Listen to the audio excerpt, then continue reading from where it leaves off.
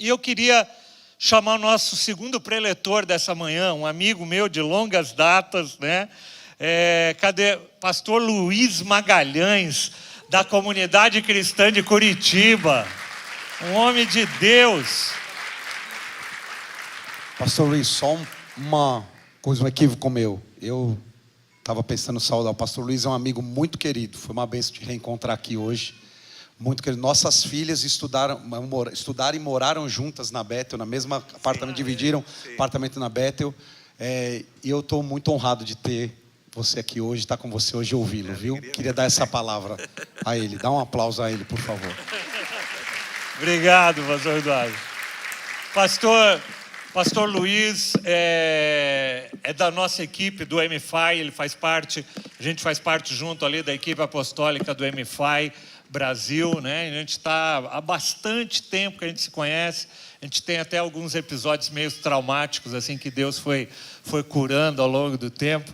Uma vez o pastor Luiz estava como missionário começando uma obra ali no Uruguai, e eu liguei para ele, eu ia fazer uma escala longa no Uruguai, falei, ô Luiz, vamos se encontrar lá. Ele falou, não, chá comigo, que horas que você chega? Chego tal hora. Eu falei, eu vou te pegar no aeroporto, a gente dá uma volta em Montevidéu e tal. E aí eu cheguei no Uruguai, cadê o pastor Luiz? E nada do pastor Luiz. E eu pego o telefone, ligo o pastor Luiz, ele, esqueci. Mas ele está perdoado já. E eu louvo a Deus pela vida dele, da pastora Eliane, que não pôde estar aqui conosco, uma mulher de Deus. Ele vai falar do livro dela, é um livro tremendo que a gente recomenda também. Mas deixa eu parar de falar, que senão ele não tem tempo para pregar. Valeu, Luiz. Quanto tempo eu tenho? Tem 1 hora. Amém. Bom dia a todos. Uma alegria realmente estar com vocês aqui. Eu e o Fernando também somos conhecidos como os que brigam. Então, se você perguntar para os outros membros da equipe apostólica, eles acham que a gente sempre briga. Mas acho que é porque a gente é mais chegado, talvez é isso. Ou ele carrega essa mágoa no coração dele e não consegue se livrar dela. Não sei, uma das duas coisas é. Bom, uma alegria estar com vocês. É uma alegria também poder estar aqui com o Eduardo também. Murilo, estou decorando o nome dele ainda. Eu sempre achei, Murilo, que você era o filho dele, né? Mas deixa ele te adotar aí que vai dar certo também. Mas descobri hoje que era o genro. Bom, trago aqui meu abraço lá de Curitiba para essa igreja que a gente tanto ama, os pastores amigos que estão aqui hoje também. Não dá nem para a gente citar o nome de todo mundo. E sim, eu trouxe o livro da Eliane. Ela, para quem não sabe, a minha esposa, ela é diabética. E durante a pandemia, eu brinquei que eu tranquei ela na Torre da Princesa. Falei que ela não podia sair de casa, não podia ir para lugar nenhum. Eu estava preocupado e não queria ficar viúvo de maneira nenhuma, né? E ela realmente ficou lá, mas como é uma pessoa muito produtiva, ela aproveitou esse tempo, ela tinha recebido uma palavra para escrever um livro. Ela não apenas escreveu um livro, ela escreveu 4 livros durante a pandemia. Esse é o primeiro deles, que na verdade um é sequência do outro. Já a primeira edição está esgotando, eu trouxe praticamente só alguns exemplares que eu tenho, que deu para trazer na mala ali. Você pode adquirir ele por R$30, eu acho que os primeiros que chegarem lá, tem 30 exemplares. Os primeiros que chegarem vão ter a alegria de ter esse material. É um material que fala sobre paternidade, fala sobre cura interior, uma experiência muito grande que a minha esposa tem. E ela fez um manual para que você possa fazer sua própria cura interior no seu tempo devocional. Então o livro vem acompanhado com isso, essa ideia de você ter esse tempo com Deus e encontrar cura nas suas emoções, especialmente com relação à sua paternidade ou maternidade, enfim, você com Deus. E tem muita Bíblia aqui também, então você vai ser muito edificado se você pegar esse material, tá bom? Bom, gente, que tremendo estar falando sobre esse tema. Eu realmente esperava um intervalo, porque eu estou tão quebrantado com a palavra que eu recebi do pastor Eduardo, não deu tempo ainda de... Eu estou mexido, então ainda não tenho tempo para eu processar isso. Eu esperava que no intervalo eu pudesse fazer isso, então nós vamos contar mais ainda com com a graça e a misericórdia de Deus. Que Deus possa ungir você para ouvir essa manhã, que os seus ouvidos estejam abertos e que nós todos aqui possamos hoje ouvir o Espírito Santo. Amém? Vamos orar e pedir essa graça. Senhor, nós te agradecemos, porque a sua palavra ela é suficiente, Pai. Ela pode fazer tudo sozinho. Senhor, ela é poderosa para nos edificar, para nos exortar, para nos consolar, para nos guiar em toda a verdade. E hoje nós pedimos, Senhor, que o Senhor envie ou permita que o Espírito Santo, que já está operando nesse lugar, nos conduza em toda a verdade. Fala ao nosso coração, nos quebranta, nos ensine, nos dirija, Pai. Eu peço isso no nome de Jesus. Se você crê e concorda, diga amém. Queridos, a Bíblia relata uma história muito interessante a respeito do rei Ezequias. E diz que assim que o rei Ezequias soube que Senaqueribe queria invadir Jerusalém, ele já tinha entrado nas terras de Judá e ele entendeu que ele queria chegar até Jerusalém, invadir a cidade de Jerusalém. Diz que ele canalizou uma fonte de águas que ficava num lugar alto. Essa fonte se chamava Guion, que traduzido quer dizer o que emana. Diz que essa fonte que ficava num lugar bem alto, os inimigos teriam acesso. Ele entendeu que os inimigos teriam acesso a essa fonte de águas, que seria até, de certa maneira, um suprimento para eles mesmos. Mas ele também entendeu que se ele não canalizasse essa água, eles ficariam sem esse suprimento dentro da cidade, caso ela fosse sitiada. Então ele cavou um túnel e levou essas águas até um tanque que você, no Novo Testamento, vai saber dele, que é o tanque de Siloé, o enviado. E o objetivo dele era realmente suprir a cidade de águas, e para isso foi necessário abrir um túnel nas rochas. Quando eu estive em Israel, eu tive a oportunidade, quem já esteve em Israel talvez teve a oportunidade também de você andar dentro desse túnel. Tem alguns lugares que você meio tem que passar apertado, mas tem outros lugares que você vai conseguir andar. Ele é bem alto, você não precisa se abaixar, você vai andar por esse túnel. Mas o interessante e curioso foi que no século XIX eles encontraram uma inscrição na rocha, e ali nesse texto na rocha diz que o trabalho começou em ambas extremidades, tanto da cidade em direção à fonte, como da fonte em direção à cidade. E o mais interessante e curioso é que essa inscrição diz que os construtores, eles se encontraram no meio. Ou seja, dois grupos cavando debaixo da terra a mais de 40 metros da superfície, numa época onde não havia equipamentos que oferecessem essa precisão. Dois grupos se encontraram no mesmo lugar. Essa probabilidade é mínima. Ou seja, a possibilidade deles terem cavado em direções totalmente diferentes, ou terem pelo menos passado na mesma direção, 1 metro para lá, 2 metros, 10 metros, era muito grande. Mas o que essa inscrição diz é que eles se encontraram exatamente, e ali o túnel se formou desde o alto até embaixo. Eu conto essa história para você como uma ilustração para a gente iniciar nossa conversa hoje de manhã, porque o pastor Fernando também compartilhou comigo: puxa, esse vai ser o ano do Fluri. Eu queria entender qual era o sentir profético de Deus para vocês como igreja, como grupo aqui reunido.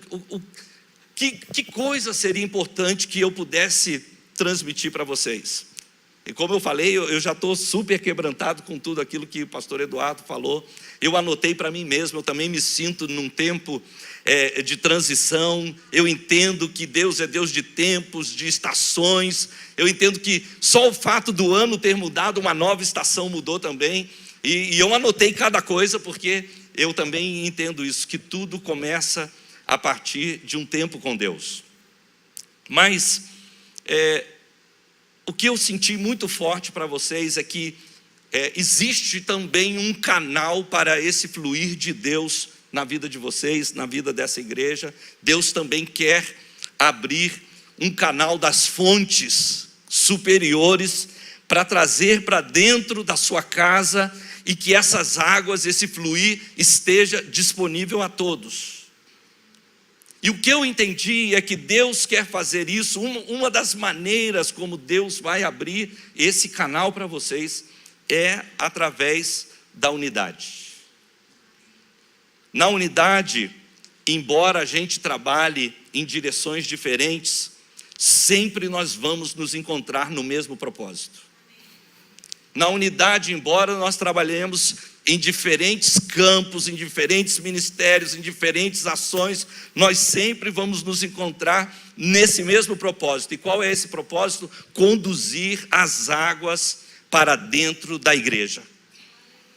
Ou seja, conduzir o fluir de Deus para dentro da casa e deixar isso disponível a todos. O canal do tanque de Siloé, ele foi aberto por ordem do rei e pelo esforço conjunto daqueles obreiros dedicados que estavam fazendo um trabalho em unidade. Eu creio que da mesma forma, a visão da igreja, a visão que os pastores têm, a visão que vocês estabeleceram para esse ano, o sentir de Deus com esse apontamento profético para a igreja, essa visão da igreja e o trabalho dos líderes é que abre o caminho para o fluir de Deus.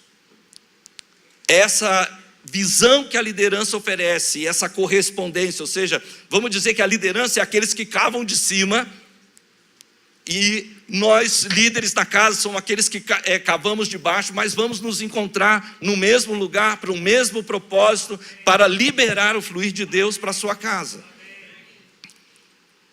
Por um lado, quando nós entendemos isso e fazemos isso, o primeiro efeito é que nós vamos bloquear o acesso do inimigo a essas águas. Nós vamos bloquear, esse era um dos propósitos de Ezequias. Ele não queria que Senaqueribe tivesse acesso àquelas águas, mas não apenas isso. Ele não foi lá e tapou as águas. Não, ele canalizou aquelas águas para dentro da cidade de Jerusalém, até um tanque onde todos pudessem ter acesso àquelas águas.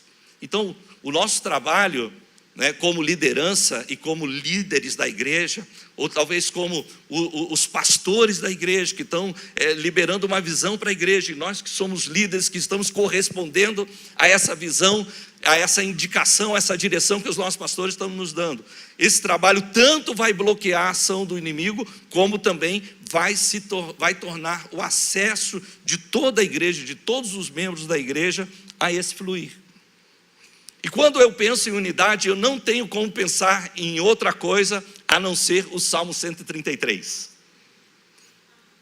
O Salmo 133 é um salmo que provavelmente você tem ele até memorizado. Diz: como é bom e agradável que vivam os irmãos em união.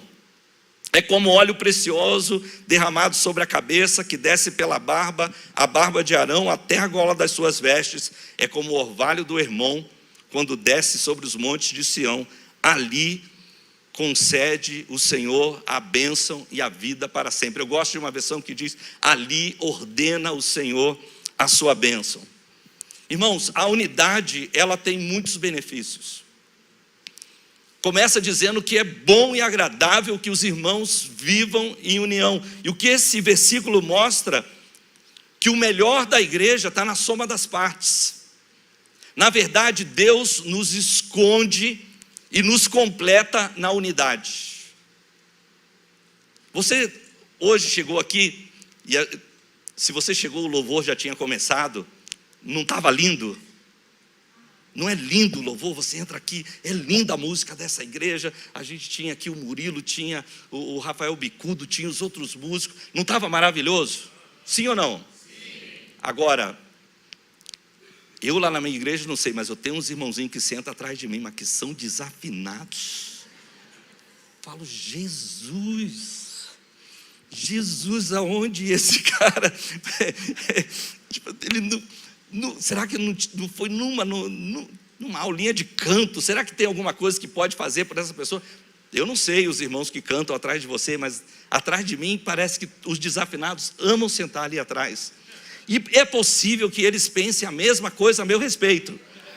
É possível, mas não é verdade que Deus esconde os desafinados no meio do louvor da igreja?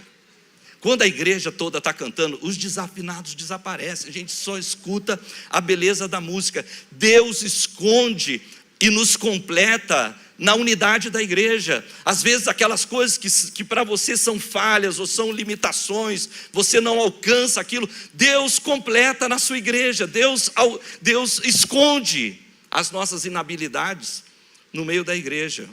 Colossenses 3, versículo 3 diz: pois vocês morreram e agora a vida de vocês está escondida em Cristo. E ele continua dizendo: onde não há grego, onde não há judeu, não há circuncisão, não há incircuncisão, não há bárbaro, não há cita, não há servo ou livre, mas Cristo é tudo em todos. Deus nos esconde no meio da unidade. Deus nos esconde em Cristo. Você está escondido em Cristo. Você pode dizer amém para isso? Colossenses 3,11 também diz: nessa nova vida já não há diferença entre grego, judeu, circunciso, incircunciso, bárbaro, cita. Repete tudo: escravo, livre, mas Cristo é tudo em todos. Existe, meus irmãos, uma bênção que ela só é liberada no meio do corpo. Eu não estou aqui hoje para contradizer a palavra do Eduardo, para completá-la. Muitas coisas que Deus começa a falar com você no particular, elas não serão completadas senão no público. Tem coisas que Deus começa a falar conosco lá no nosso particular, mas Deus faz questão de completar isso no meio do corpo de Cristo. Às vezes, eu tenho desafiado a minha igreja a dizer o seguinte: eu quero que você receba a palavra que o pastor vai pregar antes que ele pregue. Que quando você chega aqui, não seja ouvir o que o pastor está pregando, mas uma confirmação na boca do pastor daquilo que Deus já está falando com você. Há tesouros que nos pertencem e que estão escondidos na congregação. Existem coisas, deixa eu repetir isso para você, que Deus começa no secreto, mas Ele só completa no público, no meio da nossa unidade.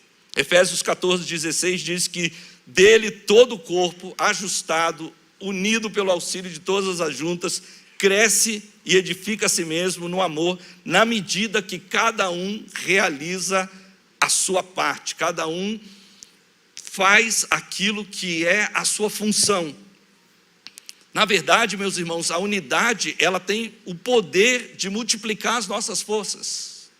Eu quero que você se imagine hoje como o rei Ezequias dizendo: meu Deus, o inimigo vem contra nós, nós temos uma fonte, essa fonte não pode ser estancada, nós vamos abrir aqui um túnel para que essas águas fluam para dentro da nossa vida, da nossa casa, da nossa família, dos nossos trabalhos. Nós não podemos ver a cidade perdendo isso. Em unidade eles se juntaram para abrir aquele canal, e Deus parece que para colocar um selo sobre aquele ato permitiu que eles, começando um de um lado, outro de outro, se encontrassem no meio. Eu quero declarar que Deus, Ele quer fazer isso na vida de vocês.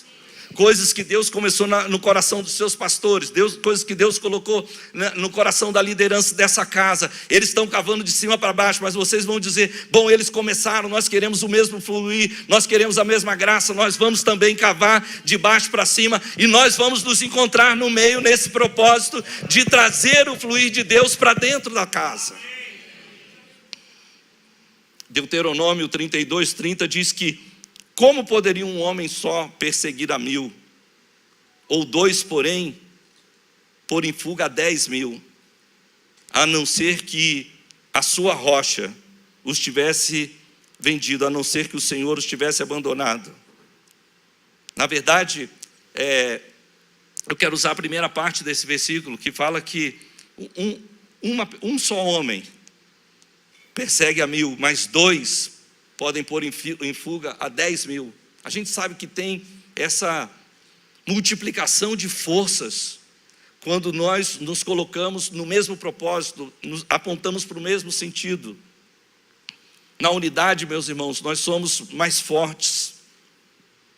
E é justamente a unidade que libera o fluir. Aqui, o Salmo 133 começa dizendo como é bom e agradável que os irmãos vivam em união. E ele continua dizendo, é como precioso óleo derramado sobre a cabeça, que desce pela barba, a barba de Arão, até a gola das suas vestes. Na unidade da igreja, Deus libera o seu fluir.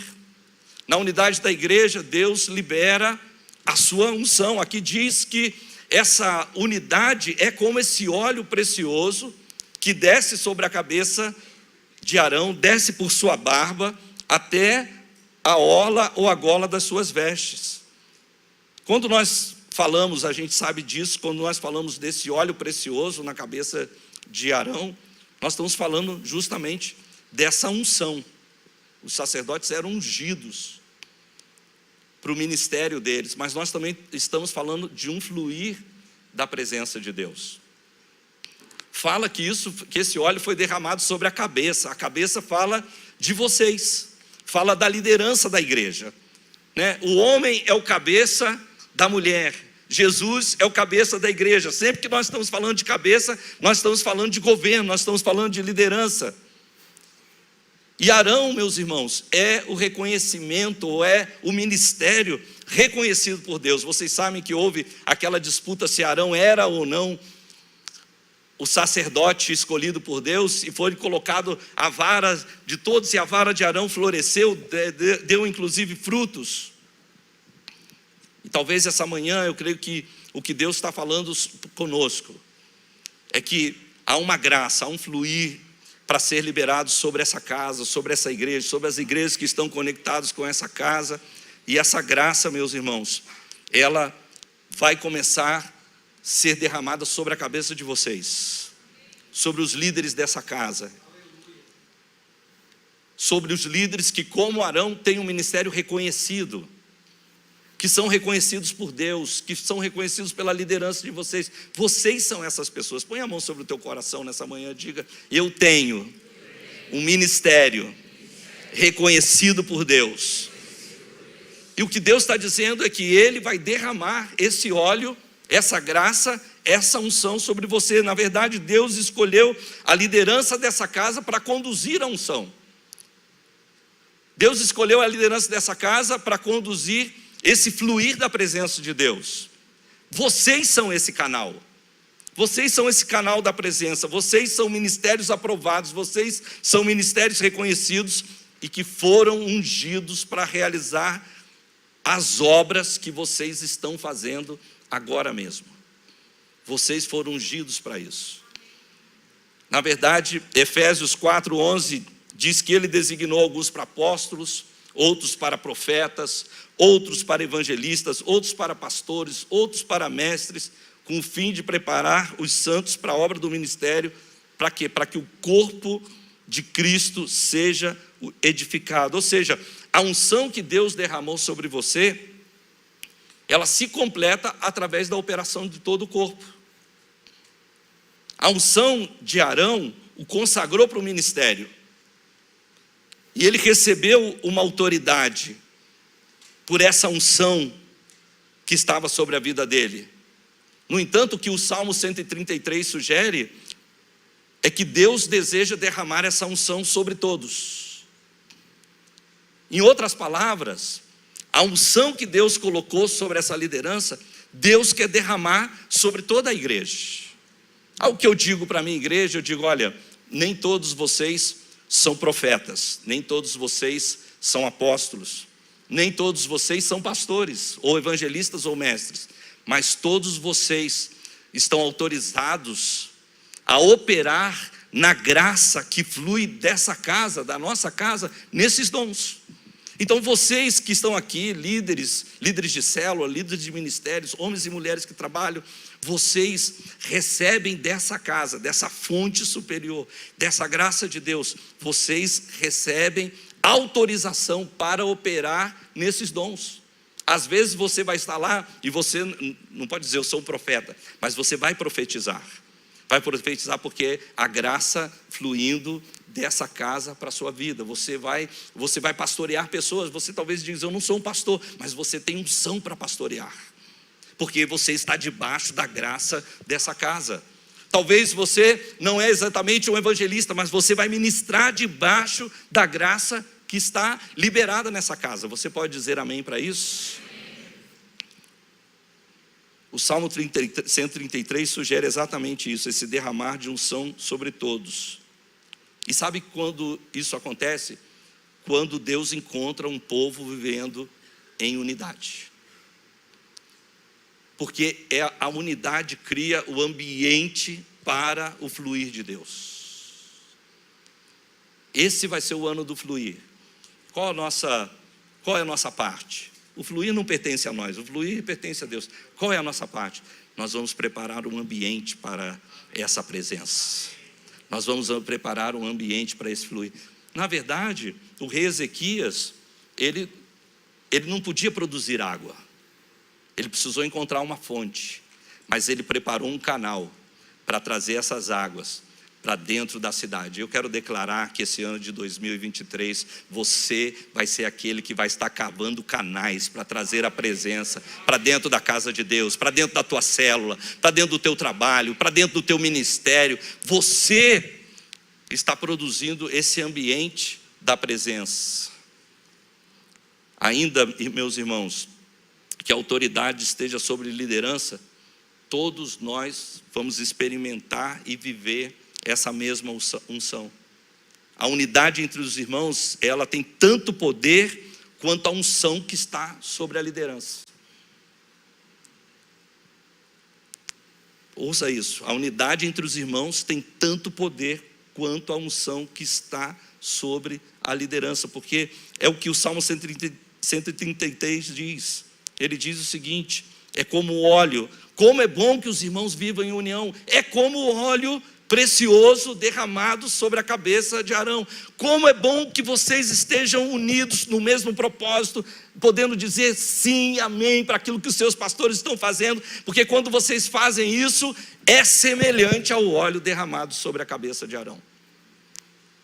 Essa unidade de vocês é como o precioso óleo derramado sobre a cabeça que desce pela barba, a barba de Arão.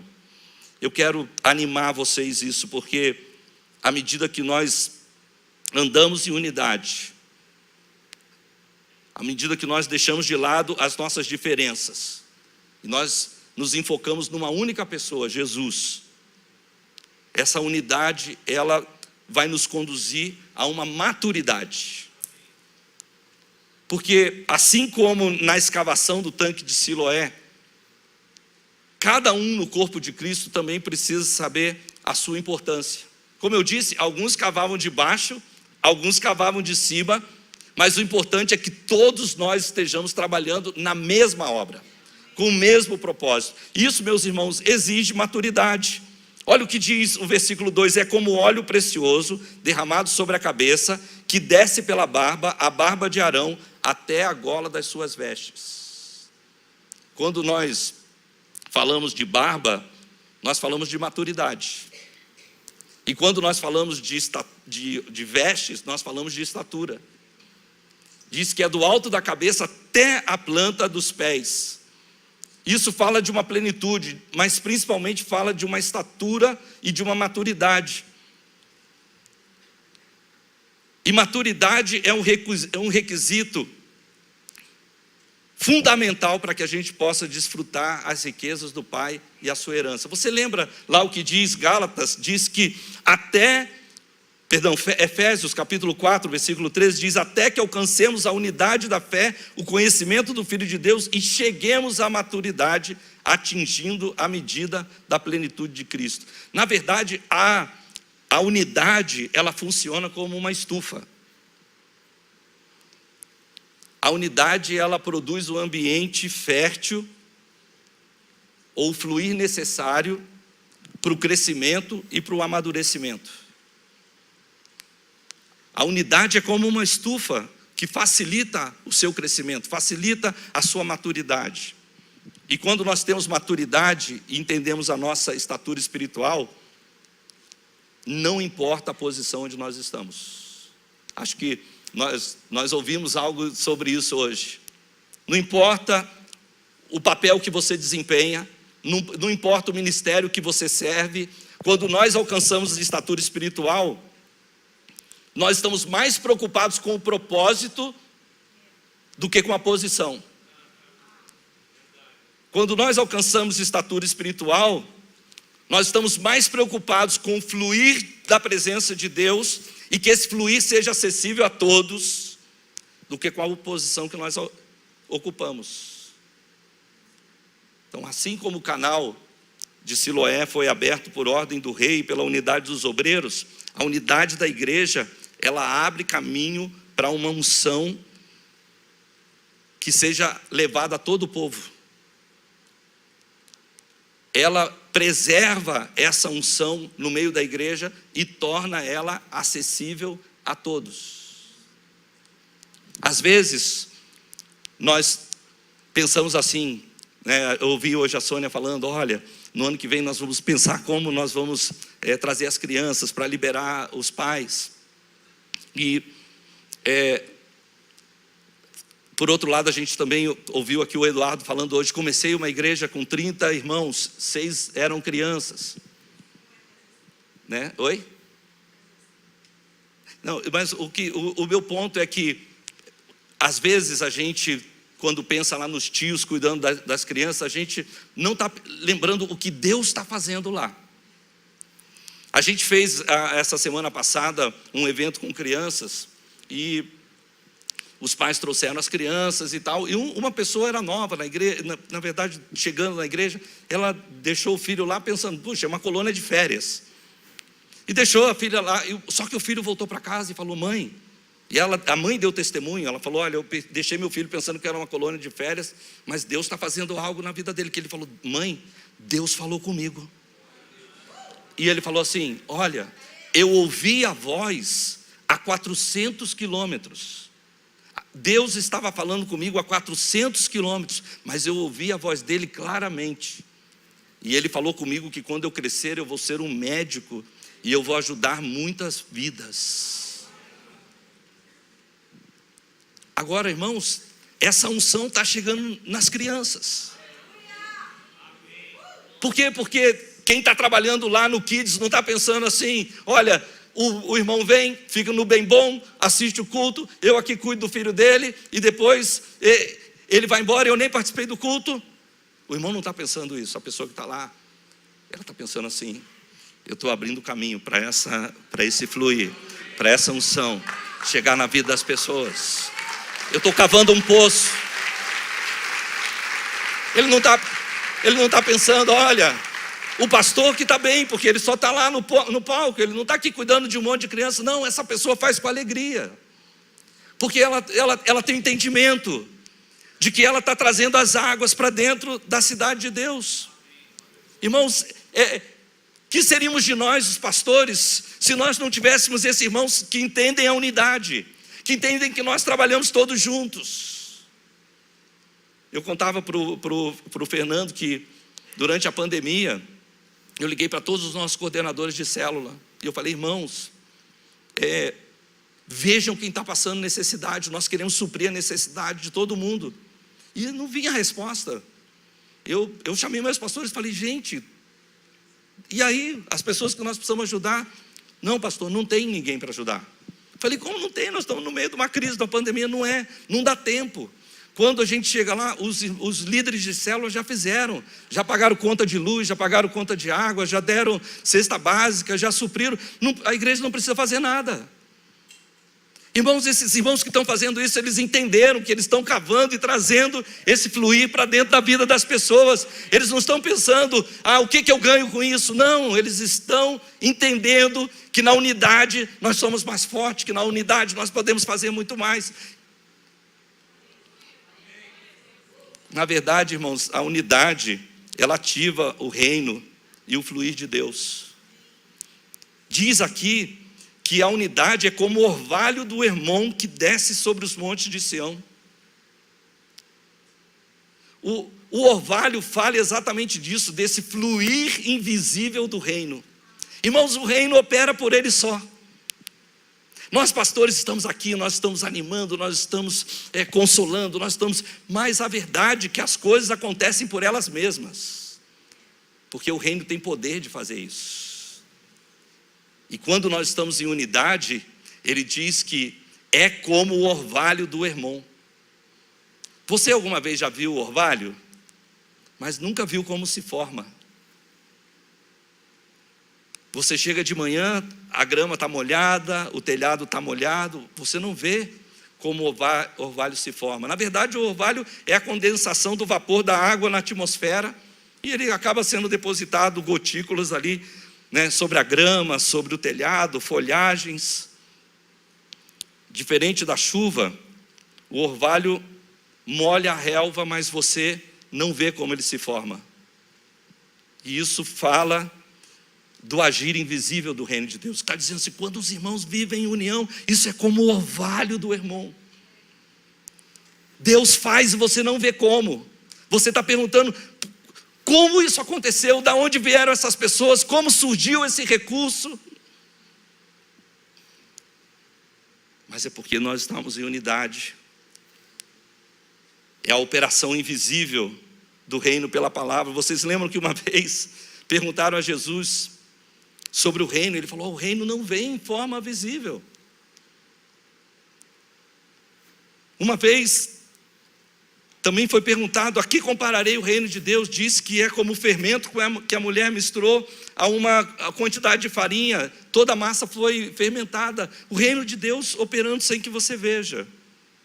Mas diz que não é qualquer orvalho, é o orvalho do Hermon. A unidade é como orvalho, mas é como o orvalho do Hermon. Eu não sei se você sabe, mas o Monte Hermon, ele é muito importante para Israel. Na verdade, ele catalisa as correntes secas e úmidas do Mediterrâneo, e ele é que provoca essa precipitação do orvalho naquelas áreas mais próximas, e até chuvas muito abundantes em regiões mais distantes, e é essa condensação de vapores que produz esse orvalho, também que sustenta os rios, principalmente o Rio Jordão, que nasce ali na encosta do Hermon. Essa é uma das maiores fontes de água para Israel, e ele leva fertilidade e vida por onde ele passa. Olha o que a Bíblia está dizendo assim, como é bom e agradável que vivam os irmãos em unidade, em união. Isso é como óleo derramado sobre a cabeça, sobre a barba de Arão, vai até as suas orlas. É como o orvalho do Monte Hermon. Na verdade, queridos, no corpo, o invisível se torna visível. No corpo, através da unidade, o reino se espalha e cumpre o seu propósito através do todo o corpo. Na verdade, o reino se espalha quando você está no Uber, o reino se espalha quando você está no trabalho, o reino se espalha quando você está ministrando na casa de Deus. Aquilo que é invisível chega a outros lugares, a outras pessoas, a outras casas. Porque nós estamos trabalhando com o mesmo propósito, olhando para a mesma coisa. O reino é revelado quando você ministra a tua célula, quando você serve nos ministérios. É aí que aquilo que é invisível se torna palpável. Quando alguém ora por um enfermo, quando alguém visita um doente, quando alguém vai ver um preso, quando alguém toca uma pessoa, aquilo que é invisível se torna visível. Na unidade, queridos, o reino ele é revelado. E é justamente na unidade que um ambiente de bênçãos é criado para que elas sejam liberadas. A unidade, ela ativa os céus.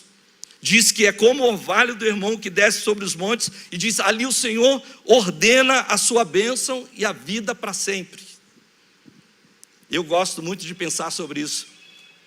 Ordena a quem? Ordena a quem? Eu sempre fico pensando que Deus está nos céus e Ele olha um povo em unidade, e Deus ordena, na minha concepção, Deus ordena os anjos, que estão ali a serviço dos santos. É como se tivesse encomendas do eterno. Deus começa a olhar e dizer, olha, envia recursos humanos, envia recursos financeiros, abre portas, vai na frente. A gente sabe que os anjos, eles são espíritos ministradores para servir aqueles que vão herdar a salvação. O que eu quero dizer é que na unidade, meus irmãos, há um fluir sobrenatural que inclusive inclui o ministério dos anjos. Nós criamos um ambiente tão favorável ao agir de Deus, com tanta presença de Deus, que nós vamos ter manifestações de anjos. A Bíblia está repleta de encontros poderosos com anjos. Na igreja primitiva, as aparições de anjos eram frequentes. Pedro, Filipe, Cornélio, Paulo, todos foram ou guiados, resgatados ou protegidos por anjos. Os anjos também ocupam destaque na narrativa de Jesus. Eles anunciaram o nascimento de Jesus, eles assistiram a vida de Jesus, eles declararam a sua ressurreição, eles testemunharam a sua ascensão. Jesus acreditou nos anjos, encontrou, falou com eles. Nós não deveríamos excluir isso do nosso cenário. Eu ainda não tive a oportunidade de encontrar com um anjo, né? Mas eu não quero excluir isso da minha teologia, não quero excluir isso da minha experiência. Mas o que eu entendo é que quando um anjo se manifesta, é porque algo grande Deus está fazendo. E eu não estou aqui pregando manifestação de anjos no meio de vocês. O que eu estou pregando é que algo grande aconteça no meio de vocês. Que esse fluir que vocês estão declarando, vocês possam experimentar essa presença, essa água de Deus, vocês possam criar esse ambiente, que nós possamos criar esse ambiente, onde Deus possa manifestar a graça deles, a sua graça. E isso tudo fala da gente aumentar a consciência do agir e da presença de Deus. Deus está presente. Mas vocês já perceberam que existem diferentes experiências com a presença de Deus? Por exemplo, ele diz assim, onde estiverem 2 ou 3 reunidos, eu estarei no meio deles. Mas ele também disse, entra no teu quarto, fecha a tua porta, fala em secreto, que o Pai que está em secreto te ouvirá. Existe uma experiência para quem... Essa experiência do quarto só experimenta quem entra no quarto. Essa presença separada do secreto só experimenta quem entra no quarto. Mas existe uma experiência que só o grupo pequeno experimenta. Onde estiverem 2 ou 3 reunidos, ali eu estarei com eles. Mas ele diz também, ide fazer discípulos de todas as nações, eu estarei convosco até a consumação dos séculos. Quer dizer que ele não está com quem não está fazendo discípulo? Não. Mas só experimenta essa presença quem faz discípulos. Existe uma presença que está separada para a congregação. E eu não estou aqui para criticar quem está online, mas quem está online não experimenta essa mesma presença. Porque é uma presença separada para quem está. Diz que Jesus está no meio da congregação, adorando como ninguém. Então, quando ele diz assim, como é bom e agradável que os irmãos vivam em unidade. Isso é como o óleo que desce, tem uma unção que desce sobre a cabeça de Arão, desce por sua barba, vai até as orlas dos seus vestidos. É como o orvalho do Hermon. E aí ele completa dizendo, ali o Senhor ordena a sua bênção. O que eu estou orando, o que eu estou crendo é que nós vamos provocar os céus para uma ordem dos céus, para abençoar a nossa casa, a nossa vida, o nosso ministério. Quantos aqui são líderes de célula? Eu quero que haja uma ordem nos céus a respeito da tua célula. Que a sua célula chame a atenção dos céus. Porque vocês não estão assim dizendo, não, mas puxa vida, o pastor inventou esse negócio do ano do fluir. Não tem nada a ver. Não, vocês estão lá dizendo assim, se eles estão cavando de cima, nós vamos cavar de baixo. Se lá de cima eles estão crendo para isso, nós vamos cavar de baixo. Irmãos, vocês vão se encontrar. E quando vocês se encontrarem nesse propósito, há essa liberação de bênçãos. Quando um casal se encontra num propósito, uma coisa eu sei, o dia que eu e a minha esposa concordamos em orar sobre alguma coisa, meu Deus, vai acontecer. Por quê? Se encontraram, cavando, talvez em direções opostas, mas para o mesmo propósito. E abriram as fontes de água.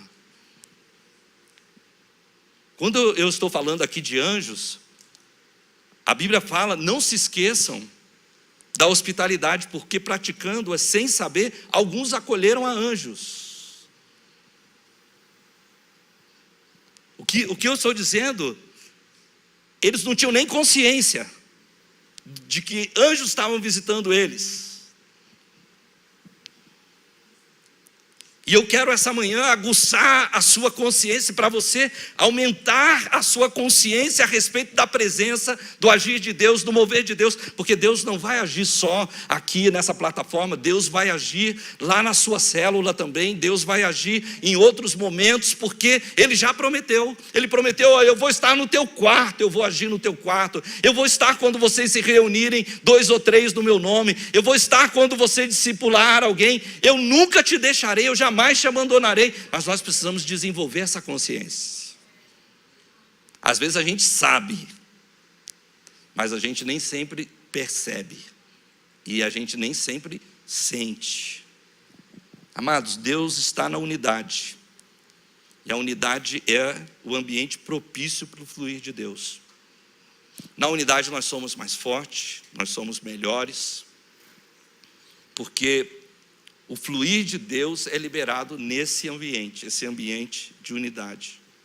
Na unidade nós crescemos, na unidade nós amadurecemos, na unidade nós alcançamos a estatura de Cristo, na unidade nós descobrimos o nosso propósito, na unidade nós exercemos o nosso ministério, na unidade nós vemos o agir sobrenatural de Deus. Na verdade, na unidade há um grande liberar desse fluir.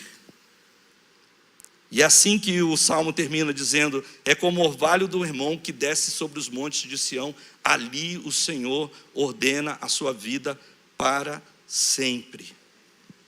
Eu não sei se você sabe, mas esse Salmo faz parte de um grande compêndio.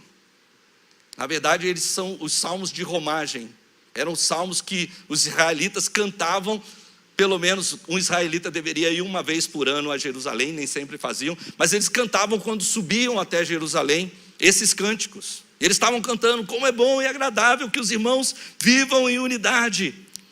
Que bom que nós estamos indo juntos, ali ia crianças, ali iam animais, ali as famílias se prepararam para subir até Jerusalém para adorar a Deus. Como é bom que nós estamos fazendo isso, subindo em unidade para adorar a Deus, atendendo o clamor do nosso Deus. Como é bom que os irmãos vivam em unidade.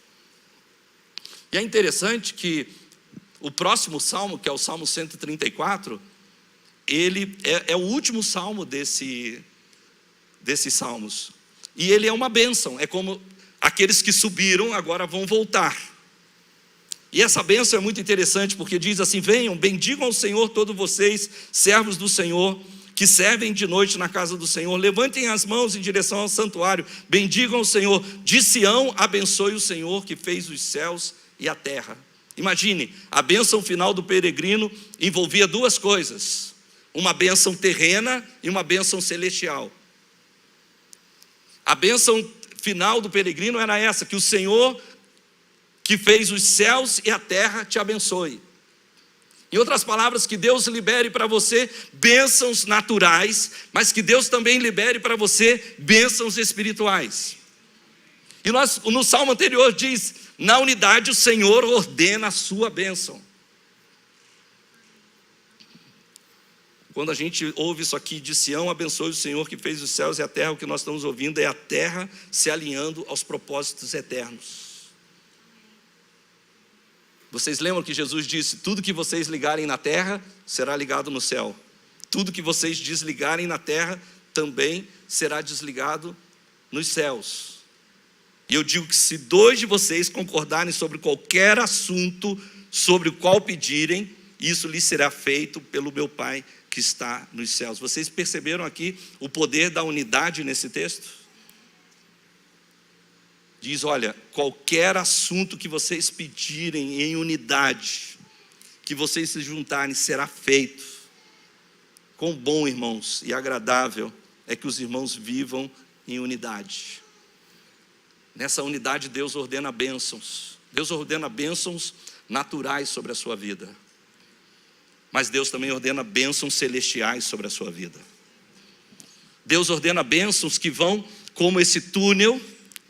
Da mesma maneira, Deus cava de cima, você cava de baixo, mas elas vão se encontrar para um propósito. Deus te dá um trabalho, mas esse trabalho não vai desviar você do propósito. Porque Deus está te abençoando da terra, mas também Ele está te abençoando dos céus. Deus te dá relacionamentos, mas esses relacionamentos não vão desviar você do propósito, porque são relacionamentos que vieram da parte de Deus. Mas onde está isso? Existe um ambiente para isso. É um ambiente da unidade. Quando nós estamos em unidade, nós esperamos por Ele, nós o adoramos, nós oramos. Tudo que nós fazemos em unidade, nós o servimos. Quando nós fazemos todas essas coisas em unidade, Ele promete ordenar a bênção deles. Aquele que criou os céus e a terra é capaz de ordenar tanto bênçãos celestes como terrenas em todo o tempo da nossa peregrinação. O Senhor te abençoe com bênçãos naturais e com bênçãos espirituais. É o que Ele diz: naquele lugar Deus ordena a sua bênção. Mas, irmãos, como nós podemos então, se nós entendemos que a unidade pode fazer tudo isso, como é que nós podemos criar um ambiente de unidade? Se Deus disse: olha, como que é bom que os irmãos vivam em unidade, no mesmo pensamento, que estão, como a gente fala, estamos juntos. Como nós podemos criar esse ambiente? Um ambiente onde Ele diz: ali eu vou liberar o meu fluir, ali eu vou liberar a minha bênção, ali eu vou liberar a minha unção. Ali eu vou ser como orvalho, coisas invisíveis vão se tornar palpáveis, coisas que vocês estão pedindo, orando muito tempo e não estão vendo, da noite para o dia vão acontecer.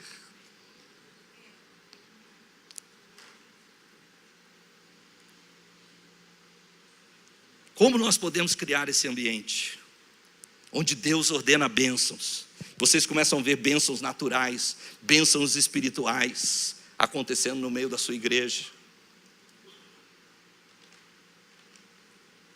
Coisas inesperadas. Nós fizemos no final do ano passado, nossa igreja completou 40 anos. Nós fizemos 40 dias de gratidão. Era 40 dias só para agradecer. E um irmão da nossa igreja, ele deu testemunho disso domingo passado, por isso que eu estou sabendo disso. Ele diz o seguinte: os 7 primeiros dias só vou agradecer por coisas que eu não tenho ainda. Então ele separou 7 coisas que ele e a esposa oravam há tempos e que eles não tinham. E uma dessas coisas era a legalização da casa dele, dos documentos da casa dele. Ele deu testemunho na semana, falar: das 7 coisas que eu coloquei diante de Deus, 4 Deus me deu naquela semana e 3 estão para se completar. Ele falou: mas uma das coisas que me chocou foi porque eu tinha que pagar o documento da minha casa, eu estava enrolando isso há muito tempo, porque eu não tinha os recursos. Então eu comecei a orar para Deus e um irmão chegou e falou: o que falta para você concretizar a documentação da casa dele? E ele, tipo assim, meio arrogante, virou para o irmão e falou: 15 mil reais. O irmão falou: pode fazer que amanhã eu vou te depositar o dinheiro. Quando eu digo, é Deus ordenando bênçãos. Coisas invisíveis, coisas que nós estamos orando há muito tempo, que nós não estamos vendo Deus agir. Diz que na unidade Deus ordena a sua bênção. Mas como nós vamos criar esse ambiente? Se nós queremos criar esse ambiente, irmãos, nós precisamos nos focar no que nós temos em comum com os outros e não nas diferenças. Lembra que eu já disse que na unidade não há bárbaro, não há grego, não há cita. Nós não podemos nos enfocar na diferença, nós precisamos nos enfocar naquilo que nos une. Eu fui um pastor auxiliar há muito tempo. A maioria de vocês conheceram o meu pastor, o pastor Miguel Piper. E como pastor eu tinha muitas críticas com o meu pastor. E eu vivia reclamando do meu pastor, não apenas interiormente, mas eu falei com outras pessoas também. E um dia Deus me corrigiu severamente sobre isso. Eu fui para as pessoas que eu tinha falado, eu pedi perdão e eu disse assim: o meu trabalho é cobrir as falhas do meu pastor, não encobrir, cobrir as falhas do meu pastor. Uma das coisas que o meu pastor Miguel odiava era criança chorando na igreja. Então chegava um momento que ele, colérico, virava e falava: quem é a mãe dessa criança? Então você sabe o que aconteceu, né? Aquela nuvem negra caiu na igreja inteira, né? Então o que eu fazia? Eu via uma criança chorando, eu levantava. Eu ia lá, pegava a criança no colo, andava com ela pela igreja, procurava a mãe, onde está a mãe dessa criança? Tá? E eu ia lá, entregava a criança, porque eu entendi, meu trabalho é cobrir as lacunas do meu pastor. Ele não é bom nisso. Eu posso cobrir a lacuna dele. Eu não preciso ficar reforçando as diferenças. Eu posso me concentrar nas coisas que nós temos junto. Nós cremos na mesma unção, nós cremos na mesma graça, nós queremos ver o poder de Deus. Eu não vou ficar olhando as falhas dele, eu vou cobrir as falhas dele, porque o meu enfoque é naquilo que nós cremos juntos. Eu vou cavar junto com ele.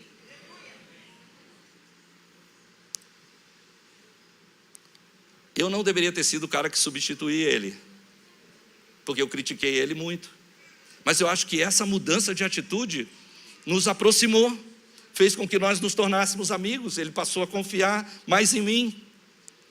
1 Coríntios diz: rogo, irmãos, em nome do Senhor Jesus Cristo, que sejais concordes no falar e que não haja dissensões entre vós, antes sejais unidos no mesmo pensamento, no mesmo parecer. Segunda coisa, irmãos, se nós queremos criar esse ambiente de unidade, sejamos realistas com a nossa expectativa. A pessoa madura, e hoje a gente está falando que a unidade produz a maturidade. A pessoa madura, ela busca o ideal sem menosprezar o atual.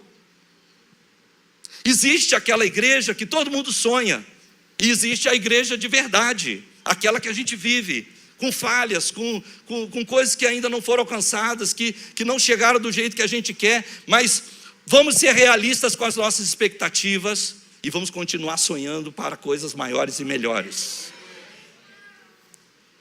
Pessoa madura busca o ideal sem menosprezar o atual. Vamos escolher, meus irmãos, animar em vez de criticar. Romanos 14:4 está falando muito comigo esses dias. Diz assim: quem é tu que julga o servo alheio? Para o seu próprio Senhor ele está em pé ou cai, mas estará firme, porque poderoso é o Senhor para afirmar. Ao invés de criticar, vamos animar, vamos empolgar as pessoas, vamos ver as coisas boas, vamos olhar o copo meio cheio, não meio vazio. Se nós queremos criar um ambiente de unidade, vamos recusar ouvir fofocas. Diz que o malvado, Provérbios 17:4 diz que o malvado presta atenção aos lábios ímpios. Irmãos, tenha essa pergunta preparada no teu coração: eu faço parte da solução? Porque às vezes o irmão vem: eu quero falar uma coisa para você, mas eu faço parte da solução? Não, se eu não faço parte, eu não quero ouvir. Ah, mas meus irmãos, é só para você orar. Eu vou orar sem saber. Eu vou orar sem... Outro dia uma pessoa falou: eu preciso te falar uma coisa sobre fulano. Eu falei: eu não quero saber. Não, mas olha, você precisa saber disso. Eu falei: eu não quero saber. Aí falou: mas não, mas é importante. Eu falei: eu já sei do que você vai querer me falar e eu não quero saber. Comprei briga. A pessoa ficou brava comigo. Falei, eu não quero saber. Deram a volta e contaram para minha esposa. Aí a minha esposa veio falar, olha, me contaram sobre fulano. Eu não quero saber. Ela falou, mas eu falei, olha, eu não quero saber, porque essa pessoa está conectada com fulano, com outra pessoa, com gente que eu conheço e que eu amo. Eu não quero saber. Quando essa pessoa me perguntar, eu vou falar, eu não sei, porque senão depois eu vou ter que dizer que essa pessoa falou. Eu não quero saber. Eu não quero ouvir. Se eu não faço parte da solução, vamos criar um ambiente da unidade. Irmãos, se nós queremos criar um ambiente de unidade, nós precisamos praticar o modo de Deus de resolver conflitos.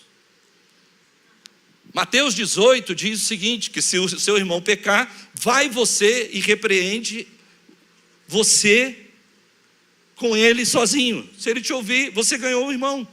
Se não ouvir, você leva 2 ou 3, para que na boca de 2 ou 3 testemunhas a palavra seja confirmada. E se a pessoa te recusar a ouvir, aí você diz para a igreja.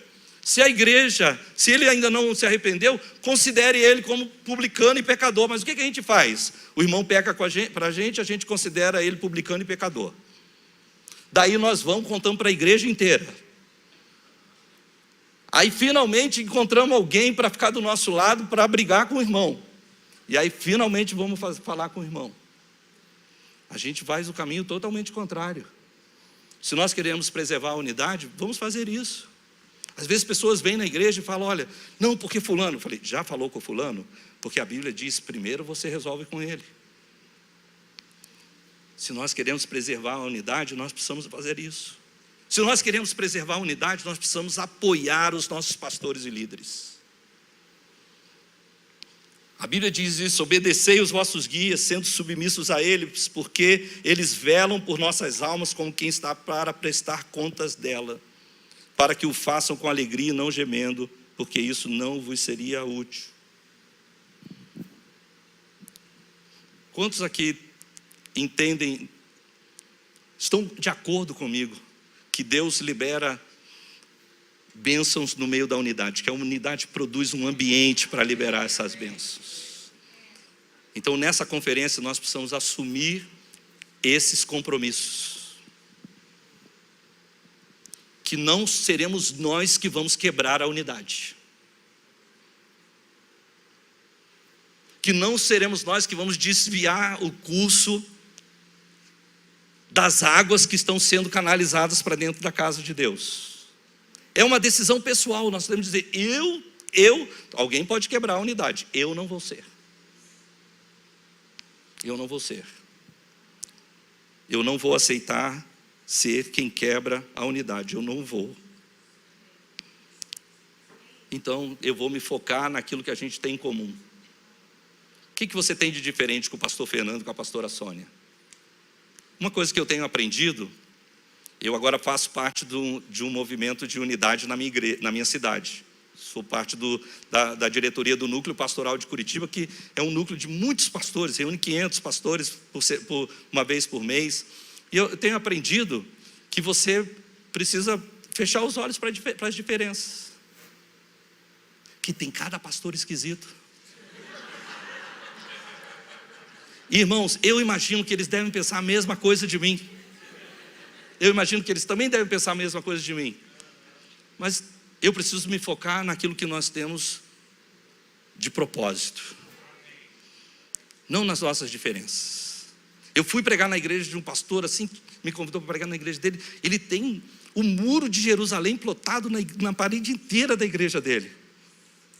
Eu achei estranho, mas, puxa, ele é maravilhoso, a igreja dele é maravilhosa. Se ele quer ter um muro de Jerusalém lá, glória a Deus. Glória a Deus. Foquemos, irmãos, naquilo que é comum e não nas diferenças. Sejamos realistas com a nossa expectativa.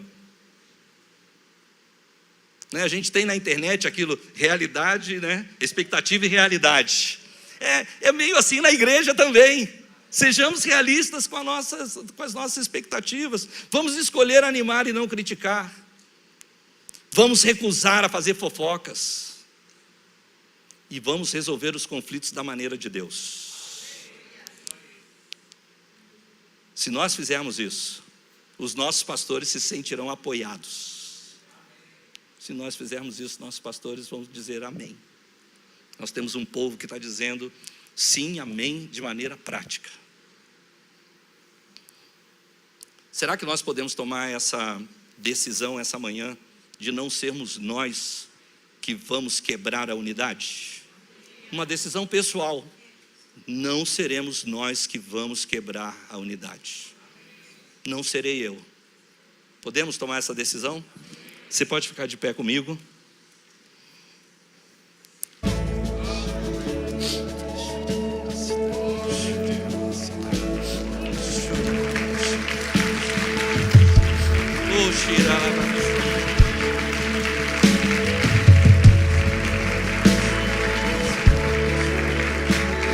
Levante suas mãos aos céus. Faça a sua oração agora. O seu compromisso com o Salmo 133. Oh, como é bom e agradável que os irmãos vivam em unidade. Há um mistério aqui. Há um mistério. Ali Deus derrama a sua bênção. Ali o orvalho do Hermon rega toda a terra. Tome essa decisão. Eu não serei eu quem vai quebrar a unidade. Ao contrário, eu vou promover a unidade. Não serei eu quem vai quebrar a unidade. Faça a sua oração essa manhã. Faça essa oração. Vai colocando as diferenças de lado. Vai colocando as frustrações de lado. As expectativas que você tinha e não foram supridas.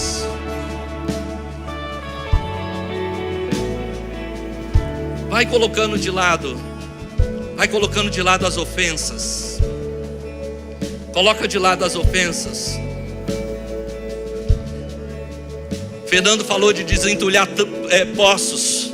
Vai tirando os entulhos. Vai tirando os entulhos. Vai tirando os entulhos. Vai escavando a tua própria rocha. Essa manhã, assuma esse compromisso que não vai ser você quem vai quebrar a unidade. Vamos orar juntos. Levante suas duas mãos aos céus. Diga comigo: Senhor, esse é meu compromisso. Eu serei promotor da unidade. Eu cavarei para o fluir de Deus na minha casa, na minha célula, na minha igreja. Eu serei promotor da unidade de Deus. Agora põe a mão sobre o teu coração. Vou te pedir para fazer uma oração perigosa. Diga: sonda-me, ó Deus. Conhece meu coração. Prova-me, Senhor. Conhece meus pensamentos. Vê se há em mim algum caminho mau e guia-me pelo caminho eterno. Continue com os seus olhos fechados. Deixa eu te fazer algumas perguntas.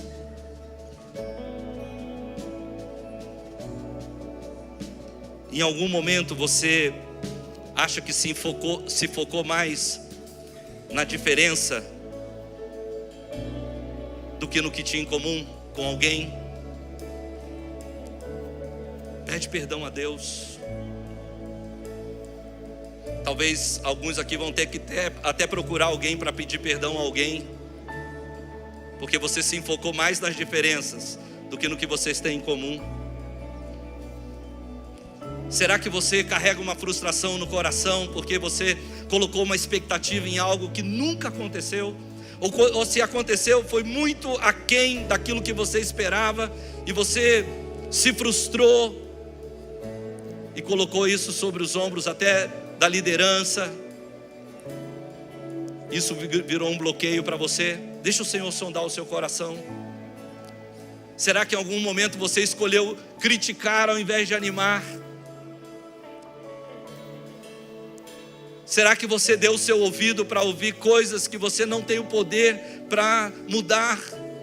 E aquilo só mais contaminou você, mais envenenou você. Depois você olhou para a pessoa e estava tudo bem. Às vezes ela estava abraçando a pessoa de quem ela falou, e você agora está carregando uma mágoa que nem era tua. Você escolheu tomar o caminho de resolver conflitos longe da palavra de Deus, e Jesus já tinha ensinado, primeiro com a pessoa. Se ela não te ouvir, leva testemunhas.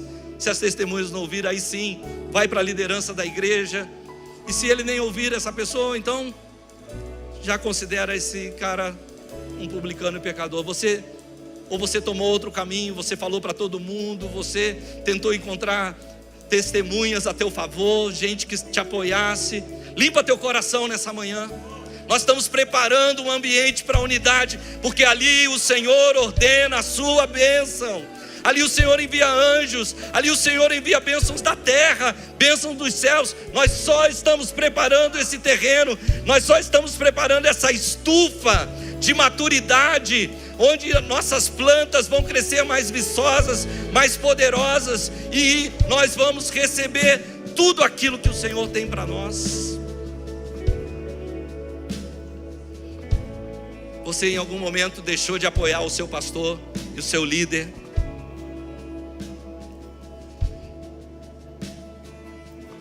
Então lembra do que eu disse, você não precisa concordar com tudo, mas você pode cobrir as falhas.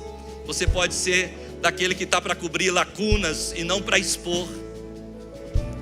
Cã, ele expôs a nudez de Noé, e ele se tornou amaldiçoado. Mas Sem e Jafé cobriram. Não estavam cobrindo. Você pode também cobrir a nudez do seu pastor, do seu líder, ser uma bênção para ele.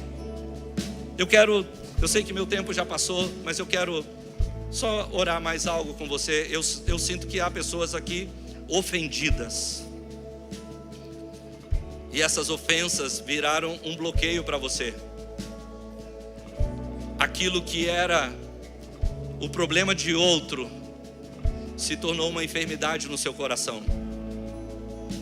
E olha, Deus é tão amoroso, tão bondoso, que Ele está essa manhã aqui para desarraigar ofensas, para tirar ofensas do coração, para te deixar livre para ser aquilo que Ele te projetou para ser. Deus está aqui para desentulhar poços, para abrir espaço para águas. E talvez você é essa pessoa. Eu quero orar com você. Eu quero fazer isso de uma maneira bem resguardando você. Eu vou pedir todos, fechem os seus olhos, por favor. Se você é essa pessoa, levanta a tua mão.